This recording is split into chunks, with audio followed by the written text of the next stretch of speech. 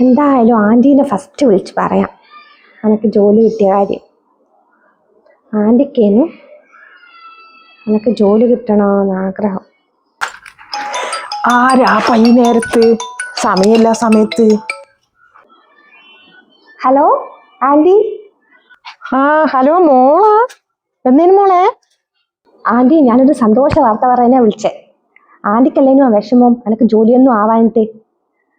എനിക്ക് ജോലി കിട്ടി, അത് പറയാനാ വിളിച്ചേ. ഓ അതെയാ, ജോലി കിട്ടി? ഓ എന്റെ പ്രാർത്ഥന ദൈവം കേട്ട്. അതേ, ഞാൻ എത്ര കാലായി പ്രാർത്ഥിക്കുന്നു എന്റെ മോക്കൊരു ജോലി കിട്ടണമെന്ന്. നല്ല ജോലി ആൻറ്റി. ഓ അതെയാ, ഓ എന്റെ പ്രാർത്ഥന ദൈവം കേട്ട്. ആന്റിക്ക് ഭയങ്കര സന്തോഷായി കേട്ടാ.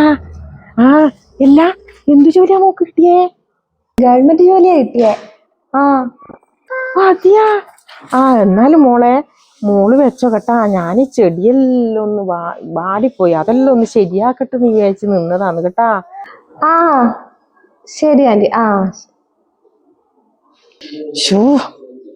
ജോലി കിട്ടി പോലും, എന്റെ മനസമാധാനം പോയി. എങ്ങനെയാ ഈ ജോലി കിട്ടുന്നേ? ഈ ജോലി കിട്ടി പറയാൻ വേണ്ടി അവള് വിളിച്ചിന്. ഞാനെത്ര പ്രാർത്ഥിച്ചിന് ജോലി കിട്ടണേന്ന് വെച്ചിട്ട്. നോക്കുമ്പോ ഗവൺമെന്റ് ജോലി കിട്ടുകയും ചെയ്തു. മതിയെ ചെടി പാടിയതല്ലേ, ഞാൻ എടുക്കട്ടെ. ഞങ്ങൾക്കൊന്നും ശരിയാക്കാനുള്ള മൂടൊന്നുമില്ല.